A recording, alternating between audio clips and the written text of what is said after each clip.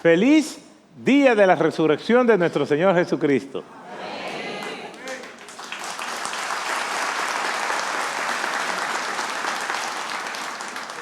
Hoy cayó un 31 de marzo, pero sabemos que es el último día de la Pascua y hoy resucita nuestro Señor Jesucristo hace 2000 años.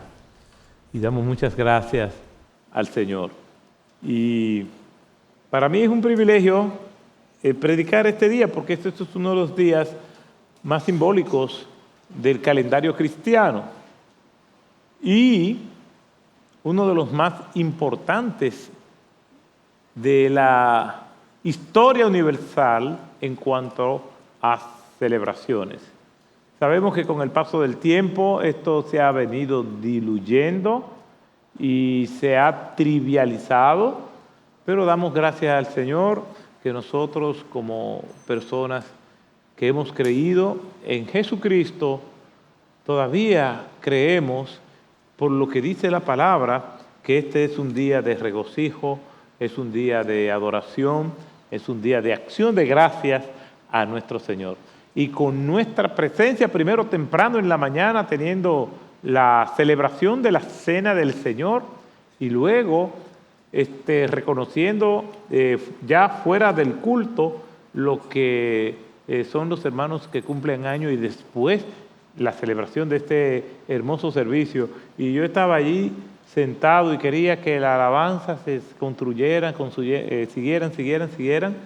Y ahora vamos a tener la exposición de la palabra del Señor. Y yo quisiera que con ese mismo espíritu de adoración, porque adoración no se limita a las alabanzas, la adoración es todo lo que nosotros hacemos para el Señor, porque la Biblia dice que todo lo que hagamos, sea de comida, de bebida o de cualquier otra cosa, debemos hacerlo para la gloria de Dios. Y si es por la gloria o para la gloria de Dios, entonces todo es adoración. Cuando estamos ahí cantando y levantamos nuestras manos y cerramos nuestros ojos, o los dejamos abiertos, eso es adoración.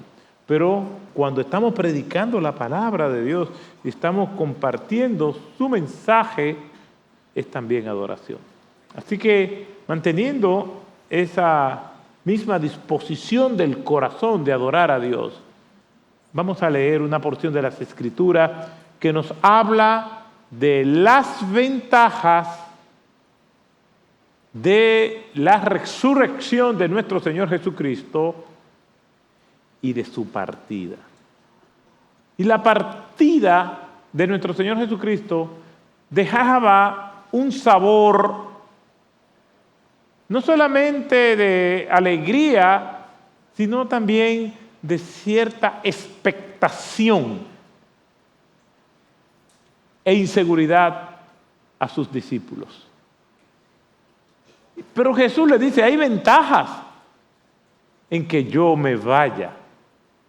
Y hay ventajas en una despedida de alguien que uno ama. Bueno, debo aclarar. Hay personas que nos alegran la vida cuando llegan y otras cuando se van. Esa es una realidad y esa es una dinámica de los seres humanos. Se fueron y uno dice, uff, y agrega, ¡qué pela! Pero con nuestro Señor Jesucristo no es así. Ahora, debemos lograr y debemos incluso pedirle a Dios que nosotros podamos perfumar con nuestra presencia donde quiera que nosotros estemos. Que nosotros podamos ser más conciliadores, más pacificadores, menos conflictivos, menos ácidos, para que cuando nos vayamos, ya sea de este mundo o de cualquier lugar donde estemos, dejemos un dulce sabor. Y debemos orar así, porque a veces los que creen así no es el que se va, sino los que se quedan. Por lo tanto, el que deja la amargura, el ambiente tóxico, es el que se va, pero él se va tranquilo. Pero ha dejado envenenado aquel lugar, lleno de radiaciones emocionales, donde no se permite la entrada de nadie, pero los que están ahí no pueden salir. Entonces tenemos que orar a Dios, porque no todo el mundo nos va a decir, mira, actuaste mal, trata de cambiar. De hecho, cuando nosotros nos arriesgamos a decirle algo así a alguien, entonces también lanzan sus gases tóxicos contra uno. Entonces uno se queda callado. Entonces, tiene que ser intencional. Sé intencional en perfumar los ambientes donde tú estás, para que tu partida sea una partida que nadie desee que acontezca.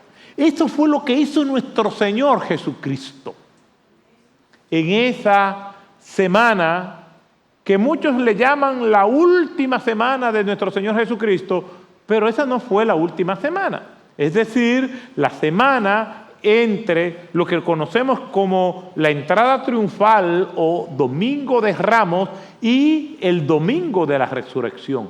Esa no fue la última semana de nuestro Señor. Y ya veremos por qué. Lo cierto es que a esa semana, entre el domingo de la entrada triunfal como el domingo de resurrección, los autores bíblicos le dedican una narrativa en términos proporcionales amplísimas. Algunos dicen por tradición y de manera solemne, la Semana Mayor. Y es verdad, es la Semana Mayor.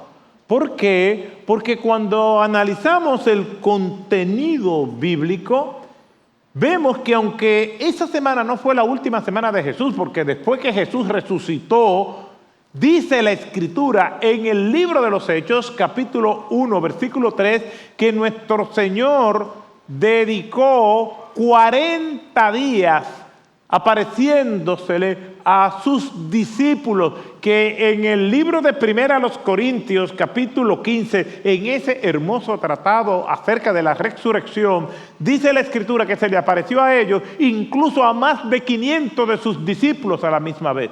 ¿Y qué hizo el Señor durante ese día? En el libro de los Hechos, o durante ese periodo de tiempo, en el libro de los Hechos, capítulo 1, versículo 3, lo dice: a estos también, después de su padecimiento, se presentó vivo con muchas pruebas convincentes, apareciéndosele durante 40 días y hablándoles acerca del reino de Dios.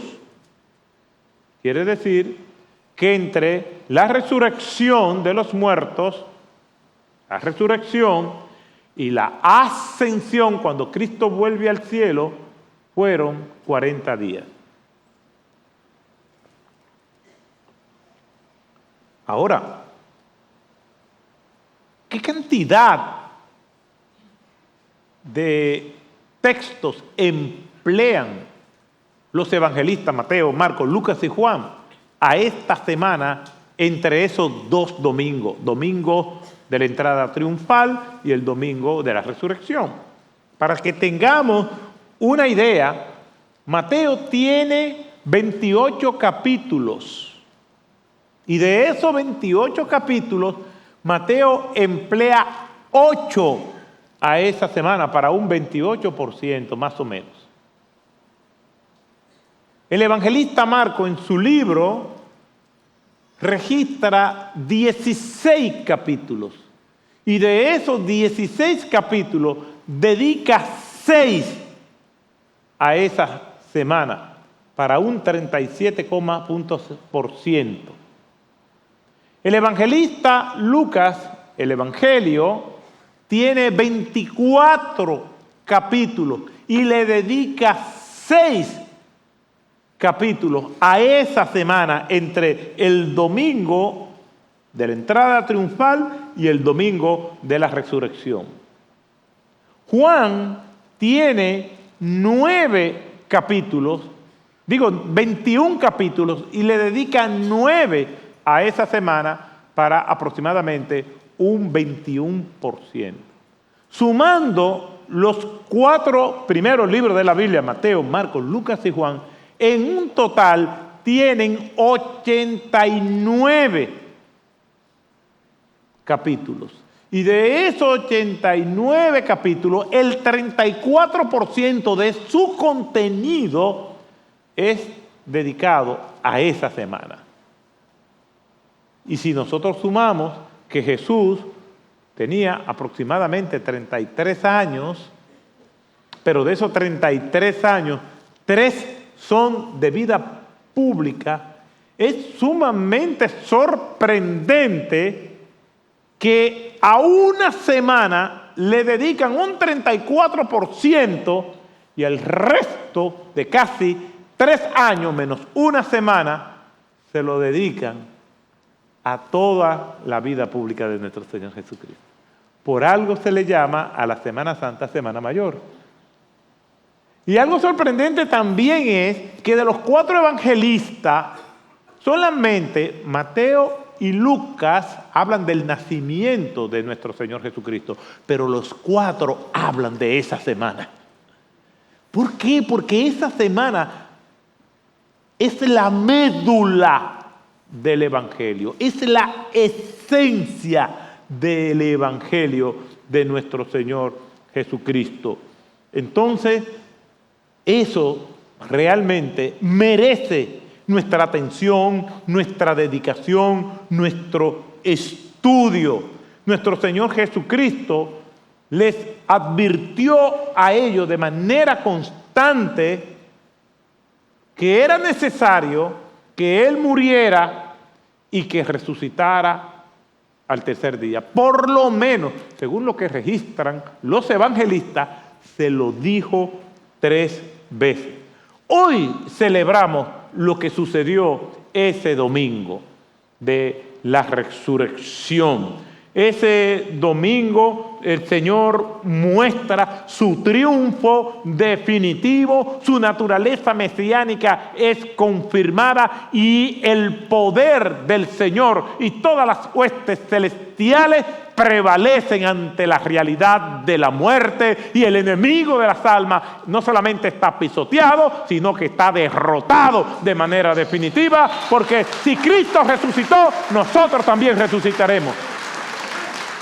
Sí, la esencia del Evangelio. Por eso cuando estamos en actos luctuosos, donde estamos celebrando un culto de alguien que ha muerto en los caminos del Señor, siempre recitamos: yo soy la resurrección y la vida, el que cree en mí, aunque esté muerto, vivirá. Pero lo está diciendo uno que resucitó y está vivo y está a la diestra del Padre y nos acompaña constantemente a cada uno de nosotros.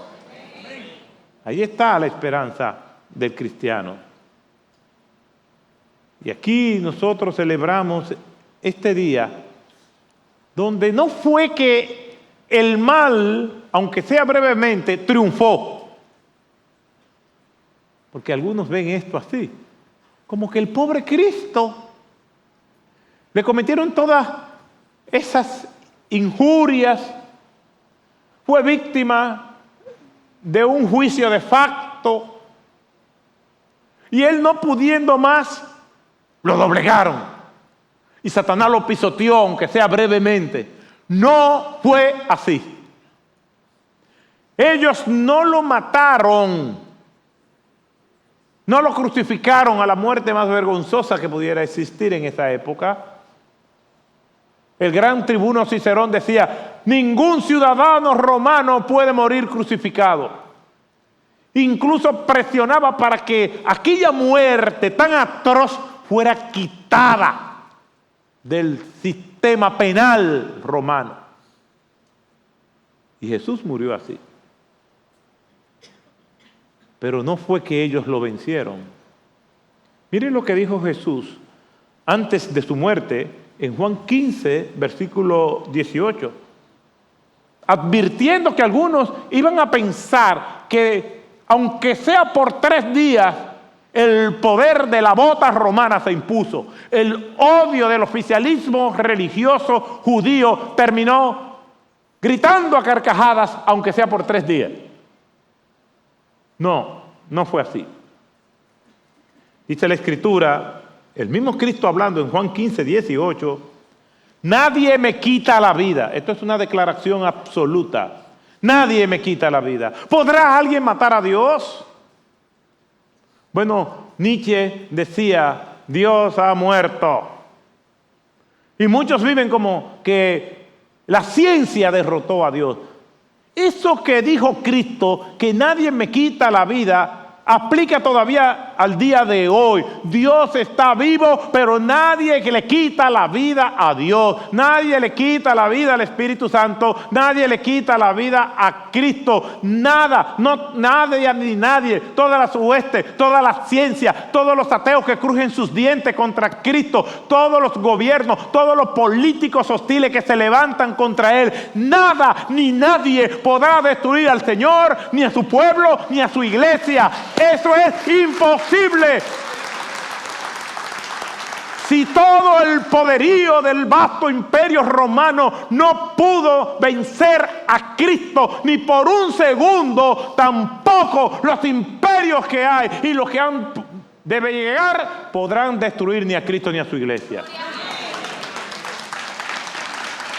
Por eso Cristo, y esto nos lleva de esperanza, nadie me quita la vida, nadie me la quita, porque el dador de la vida y de la muerte es Él.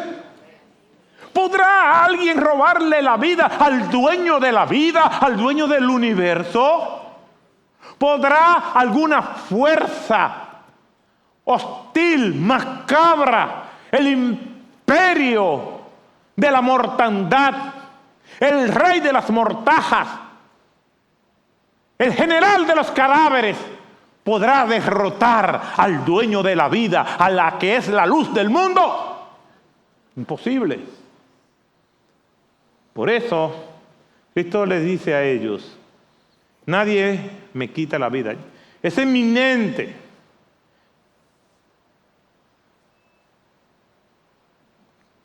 Esta declaración es trascendente. Pero esa eminencia de mi declaración no anula la inminencia de mi muerte. Es inminente que yo muera. Es necesario yo morir. Pero no porque yo perdí y ellos ganaron. Y Él dice, nadie me quita la vida, sino que yo la doy de mi propia voluntad. Supe del caso de que un jefe iba a despedir a un empleado.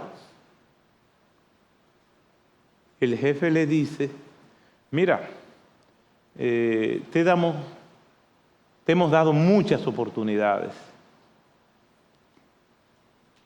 y aquí está tu carta de despido. Dice, bueno, pues precisamente yo vine a eso. Dice el empleado ya despedido, yo vine a renunciar. No, yo te despedí primero. Yo voy a morir, pero no porque ustedes me están quitando la vida, sino porque yo le estoy dando el permiso que me la quiten. Si yo no quisiera, si mi Padre que está en los cielos no quisiera, ustedes no me pudieran poner un dedo. ¿Recuerdan que cuando Pedro desvainó su espada y le llevó la oreja al siervo del sumo sacerdote, él se la volvió a colocar a su verdugo? Y le dijo a Pedro, ¿no saben que si yo quiero, clamo al Padre y legiones de ángeles vienen a defenderme? No sería suficiente el imperio romano. Tendrían que buscar refuerzo ante sus temibles adversarios, los hombres del norte, los vikingos, los nórdicos, y aún así todos los ejércitos del mundo, los ejércitos de los hunos, los ejércitos de Gengis Khan, el vasto imperio romano y todos los imperios de toda la humanidad, de toda la historia, el imperio de Alejandro el Grande, de los asirios, los medo-persas, los de Babilonia, no pudieran ser suficientes para derrotar a Cristo solo.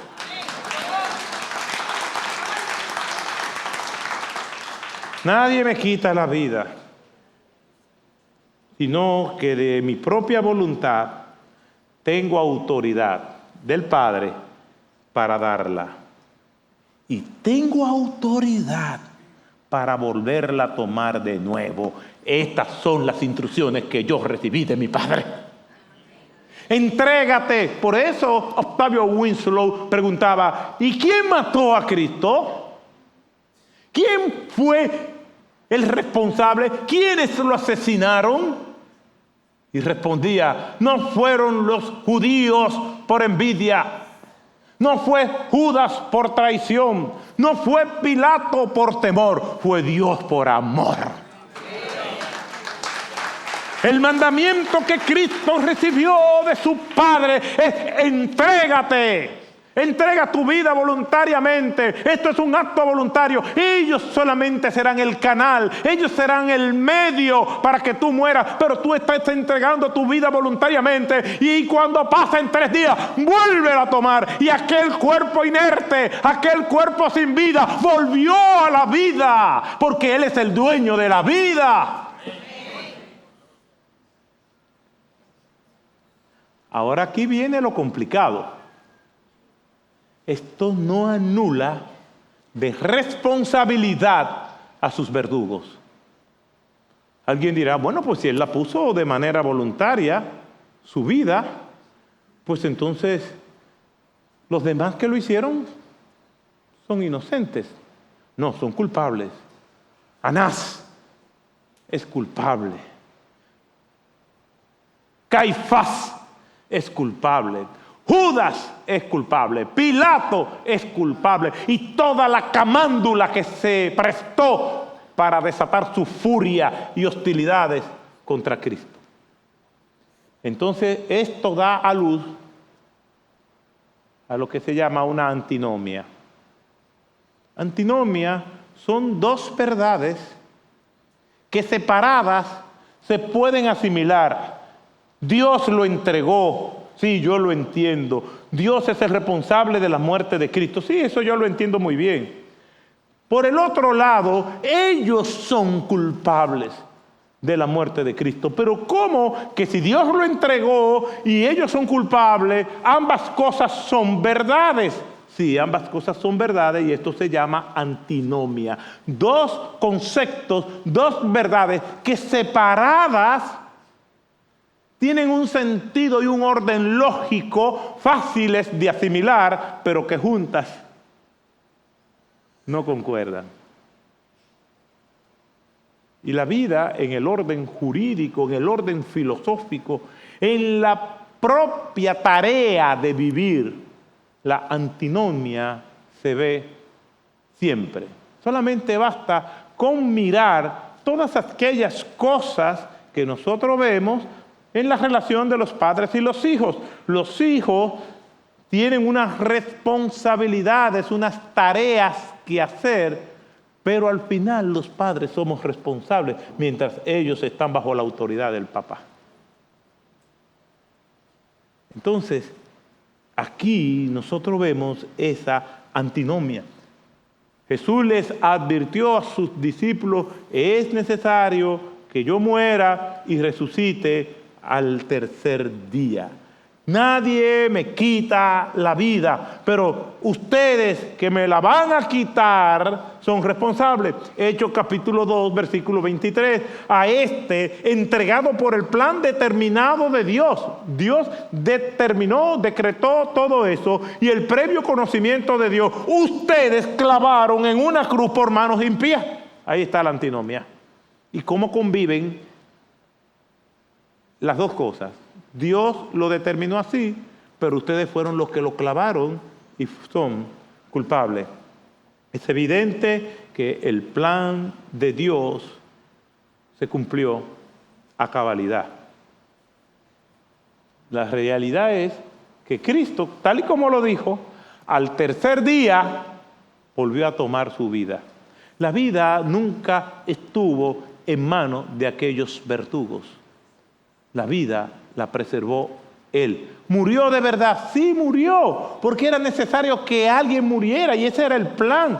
Era imposible cumplir con todas las demandas de la ley. Era imposible para el hombre salvarse. Por eso esa extraordinaria declaración de Hechos capítulo 2, versículos 8 y 9, por gracia sois salvos. Es decir, tenemos una salvación que para nosotros es gratuita. Por gracia sois salvos por medio de la fe. Y esa fe para creer no es de ustedes, es un don que Dios da. Todos aquellos que creen es porque Dios le dio el don de la fe y tienen que acudir a Él, y de repente ven sus vidas hechas un desastre, por más moralista que sea, incluso por más religioso que sea, por más buena persona que sea. En el momento que recibe esa iluminación de la fe salvadora, ve su vida atroz, ve su vida vuelta a un desastre, ve toda su moral, ve toda su responsabilidad, todos sus logros humanos, la ovación de las personas, pero dice: esto no es suficiente para tener el favor de Dios. Entonces se quebranta y le dice: Señor,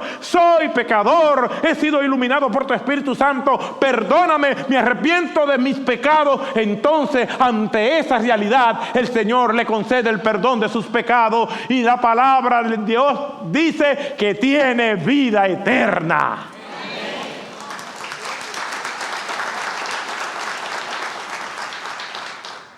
Entonces, aquí viene una paradoja. Una persona que es salva se ve lo suficientemente mal para estar pidiéndole perdón todo el tiempo al Señor. Y una persona que se considera buena dice que no tiene necesidad de arrepentirse y no le pide perdón a Dios. Entonces, como Dios vino a buscar a los pecadores que se ven a sí mismos como pecadores, a eso el Señor salva. Pero el que se considera bueno, bueno, tú eres bueno, entonces sálvate como tú puedas. Y probablemente cuando venga cuando llegue ese día en que no podrá hacer más nada, entonces vendrán las promesas y los sobornos. Promesa del Señor: yo te voy a servir. Señor, si tú me sacas de esto, entonces yo te voy a servir. Vienen promesas y sobornos.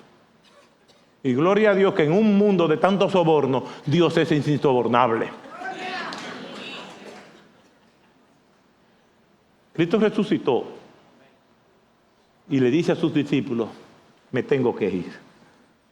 Después que ellos están viendo y los días grises de la crucifixión ahora tiene un tono menos dramático, porque ellos han visto a Jesús resucitado. Ganamos, le hacen a sus verdugos. Y ahora, y Jesús te dice: sean humildes, no estén ahora sacando pechito porque yo resucité, tranquilo, mantengan bajo perfil. Y pasaban por los fariseos y decían: ¿y qué ahora? Mira Cristo, De hecho, Jesús no se le apareció a ninguna persona hostil a Él.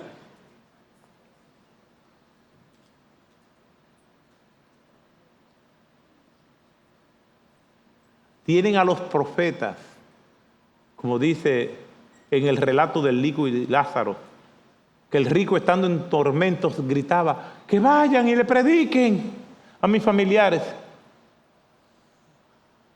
Como que alguien vaya de los muertos y con la carga dramática. Es un thriller, un suspenso. Así se levanta uno de los muertos y le dice: crean, como botando humo, como los zombies, y crean, el infierno es verdad. El hombre rico en tormentos da esa sugerencia y el padre Abraham le responde: tienen a Moisés y los profetas. todavía siendo esta realidad la misma. Tenemos la palabra de Dios. No necesitamos desenterrar muertos. No necesitamos milagros extraordinarios. ¿Recuerdan lo que dijo el capitán Barry Wilmore cuando le pregunté, dígame, ¿qué es lo que le ha asombrado de Dios ante estos viajes interespaciales? Viendo el mundo desde la estación espacial internacional, viendo y conviviéndose y adentrándose por las fronteras de la Vía Láctea. Y él dijo, te digo la verdad, yo no me asombré de Dios en el espacio, yo me asombré de Dios estando aquí en la tierra. Y hay gente que están esperando ir al espacio para decir, wow, no, Dios está aquí con nosotros, Dios está vivo en la persona de Jesucristo, se pasea diariamente por nuestras calles, va a tu casa, sale de tu casa y no te sorprende, porque para verlo hay que tener un corazón sensible, un corazón sin orgullo, un corazón conforme a ese corazón de Él, para entonces poder verlo. Mientras estés creyendo que eres bueno, nunca verás a Dios. Los que lo ven son aquellos que se ven malos y entonces humillados acuden a Él. Cristo resucitó. Y hay quienes dicen, wow, pero está bien, pero sería tremendo verlo físicamente.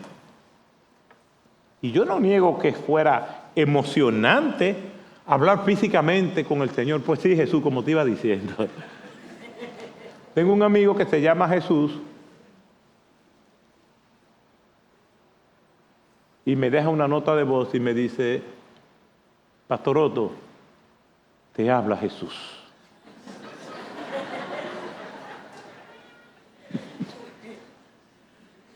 Después yo lo llamé y le puse una nota de voz. Jesús, quise hablar contigo, pero no me lo permitiste. ¿Qué he hecho?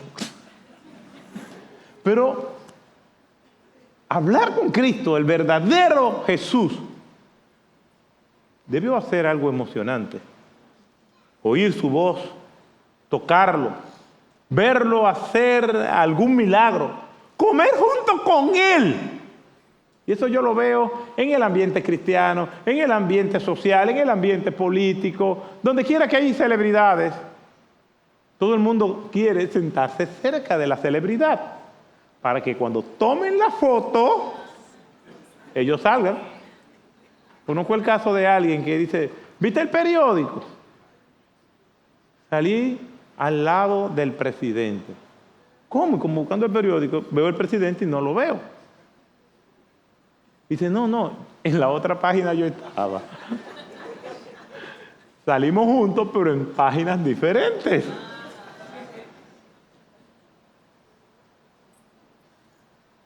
Creo que le he hecho esta historia y es que andaba con el hermano Edwin y pasamos un día en una editorial grabando muchos videos. Fue un día arduo de trabajo desde por la mañana hasta por la noche y ya exhausto, terminamos, me siento en el lobby y vienen unos hermanos y se me acercan y me dicen, ¿usted es el Pastor Otto? Digo, sí. ¿Que usted es el Pastor Otto? Sí, claro, yo soy el pastor. ¡Wow! Y le llama a las otras personas. Mire el Pastor Otto aquí.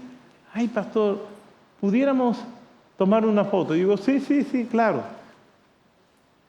Y me dan el celular y yo le tomé la foto a Edwin. Edwin me es testigo que eso es verdad. No me lo estoy inventando. Y todo el que lo diga después de ahí fue porque me lo escuchó a mí. El original soy yo. Caminar con Jesús, ver sus milagros. ¿Usted sabe lo que estar en la multitud que vio la multiplicación de los panes y los peces? Dice, no, pues este es el hombre que hay que seguir. No damos un golpe ni en defensa propia. Yo conozco una persona que no es cristiana y tiene problemas de la bebida, con la bebida, y siempre converso de vez en cuando con él, y me dice que su pasaje favorito es Juan 2, versículo del 1 al 12. el de la boda de Caná, donde Jesús convierte el agua en vino. Y cada vez que nos vemos, óyeme, que para mí ese es el mejor mensaje, ese es el mejor pasaje. ¡Wow! ¡Qué tremendo!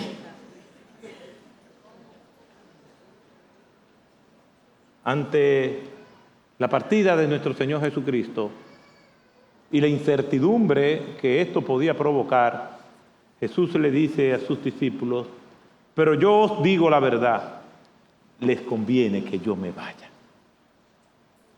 ¡Wow! Se va el amigo, el hijo, la persona que amamos. Despedimos en un ataúd a alguien significativo para nosotros y la declaración es: conviene que se vaya. Claro, si hay un esposo aborrecido y que tiene una gran fortuna y que la esposa no lo quiere, quizás dentro de sí diga: conviene que te vaya. Pero este no es el caso. Es un Salvador, no pueden estar sin Él. Él mismo le dijo: separados de mí, nada pueden hacer. Nada pueden hacer. Para ser productivos, para ser fructíferos, tienen que estar unidos a mí. Ahora Él dice: le conviene que yo me vaya. Este capítulo 16 del libro de Juan registra una de las palabras de Cristo relacionada con su futuro inmediato y sus discípulos. Son palabras devastadoras porque tienen que ver con dolor, sufrimiento, angustia. Jesús le dice: lo van a echar de la sinagoga, lo van a perseguir, lo van a despreciar, como se desprecia a un gentil. Y después el Señor, en esos versículos, que es donde le dice eso, de Juan capítulo 16, del 1 al 6, le da estas notas nada alentadoras. Pero después le dice en el versículo 7 de Juan 16: os conviene que yo me vaya. Mire, y recopilé distintas versiones. La versión Las Américas, que es la que usamos, la Nueva Traducción Viviente y la Nueva Versión Internacional. Y las leo en las tres versiones. Pero yo os digo toda la verdad. Os conviene que yo me vaya. La Nueva Traducción Viviente dice: en realidad es mejor para ustedes que yo me vaya. Y la Nueva Versión Internacional dice: pero les digo la verdad, les conviene que yo me vaya. Les conviene que yo me vaya. Les conviene que ya yo no esté aquí físicamente con ustedes. Yo me imagino la cara de asombro que ellos pusieron, los pensamientos ocultos que no revelaron, la confusión que pudo haberle causado a ellos. Y si ahí había algunos que no eran de los discípulos, probablemente habrá pensado: ¿y quién va a multiplicar los alimentos? El alcohólico diría: oh, ¿y quién va a convertir el agua en vino? Les conviene que yo me vaya. Realmente, esto es sumamente impresionante. Les conviene que yo me vaya. Pero la conveniencia estaba primero en un hecho que iba a marcar sus vidas para siempre, y era la resurrección. La mayor evidencia de la transformación de los discípulos fue la resurrección. La resurrección encierra muchos aspectos, entre ellos que las profecías del Antiguo Testamento son ciertas. Entre otras está que lo que Cristo dijo de sí mismo se cumplió. Y una muy poderosa, aparte del cumplimiento de las Escrituras, son las vidas transformadas de estos hombres que en los momentos del flagelium, en el momento de la tortura de nuestro Señor Jesucristo, cuando todos sus enemigos fueron en búsqueda y captura, que los sometieron a una tortura extrema, todos ellos despavoridos y trémulos de pavor, huyeron. Estos hombres estaban llenos de miedo, controlados por la incertidumbre y la angustia.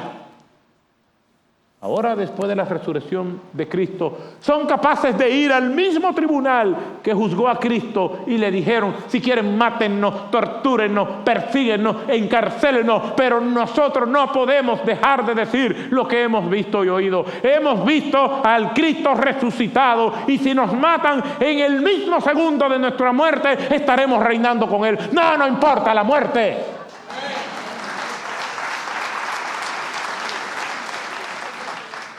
No nos importa. Aquellos hombres fueron transformados y cambiaron el curso de la humanidad por esta semana mayor, que historiadores de la antigüedad testifican de la historicidad de estos eventos, de la historicidad de una persona como Cristo, que de repente fue conocido desde el sur en Judá hasta el norte en Galilea, y en el medio de los dos hasta en las regiones de Samaria, por todo el desierto de Judea, en las montañas de Galilea, a través del lago de Genesaret. Fue ampliamente conocido, y se corría el rumor desde el punto de vista de los historiadores que no son cristianos, que este hombre resucitó y desapareció. Pero la fe de aquellos hombres no desapareció, aunque su líder no se viera físicamente. Historiadores dicen: algo sucedió. Testifican de la historicidad de Cristo, revalidan que Él existió. Les cito algunos. Flavio Josefo, en Antigüedades de los Judíos, incluye 2 referencias acerca de Cristo en el libro 18 y en el libro 20, y lo pueden buscar. Suetonio, el de los 12 Césares, habla acerca de Jesucristo en Claudio capítulo 25 y en Nerón capítulo 16. Habla también de Jesús.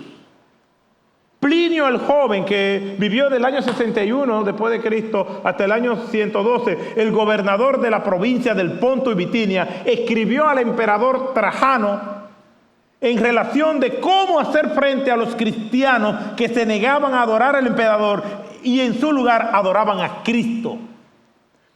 Todos estos historiadores y muchos más de la antigüedad, que no da el tiempo para mencionarlo, hablan de la historicidad de Cristo, de los eventos que ocurrieron y cómo estos hombres que eran sus seguidores, que antes huían, ahora le siguen y que se multiplicaban.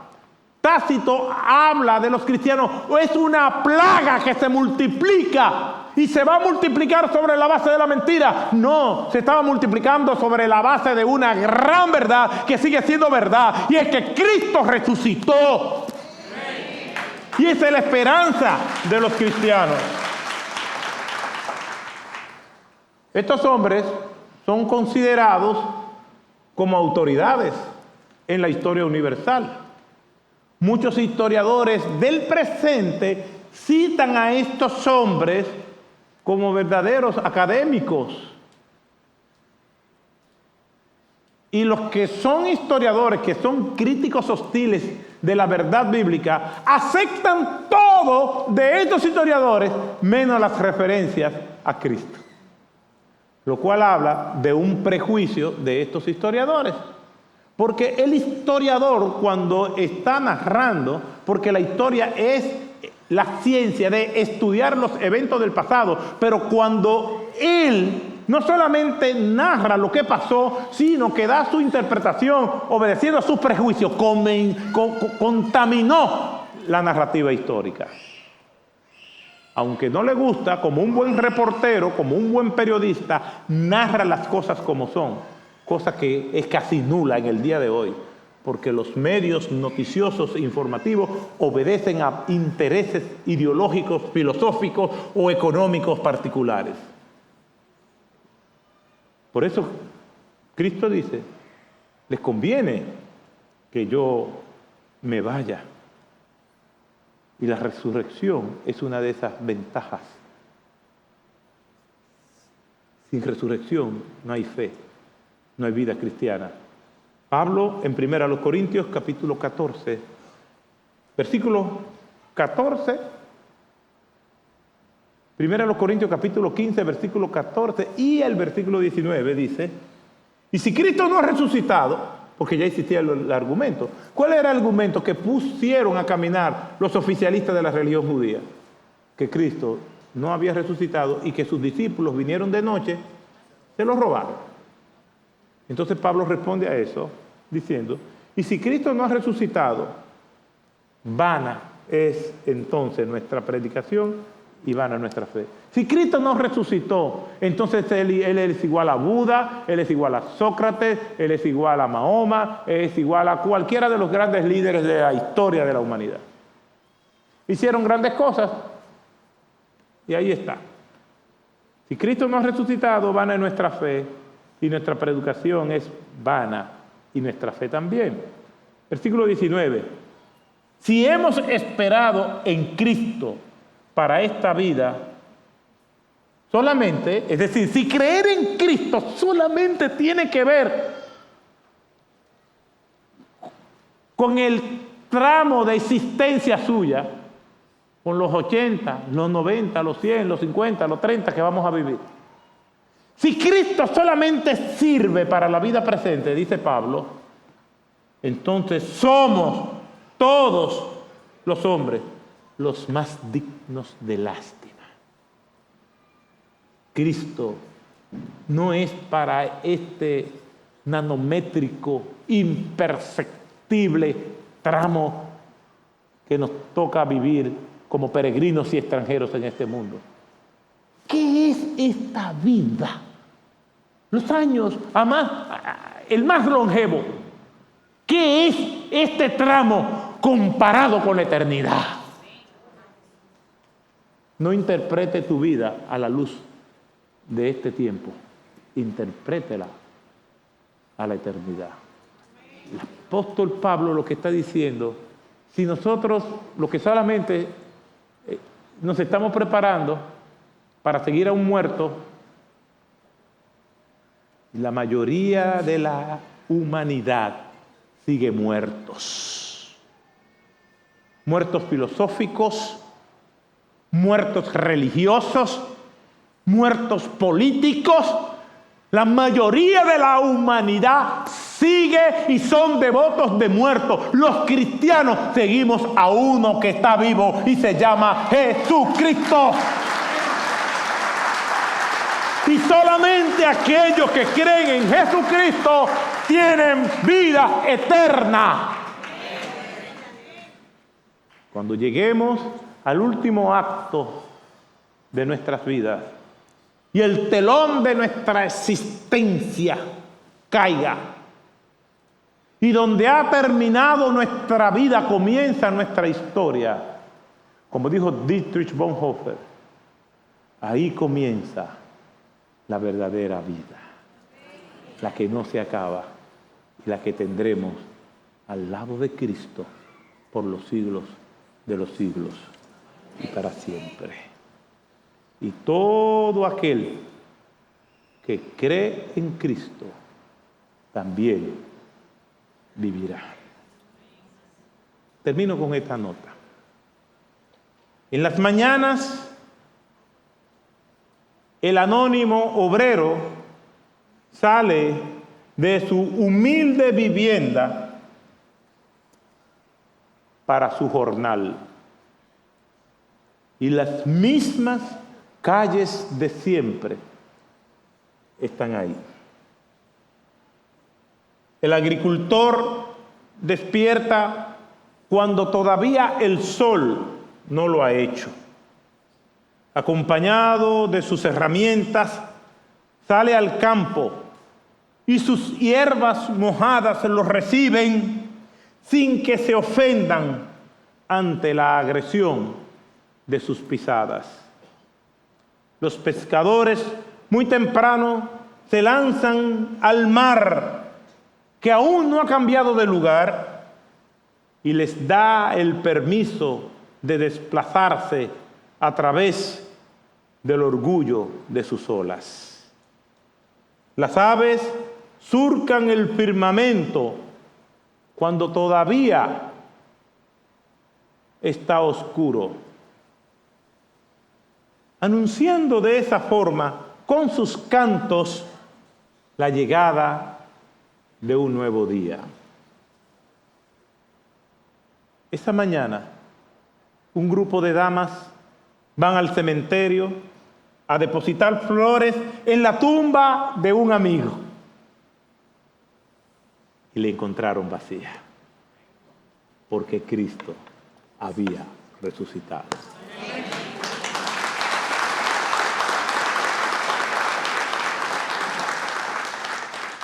Padre Santo, te alabamos y te bendecimos.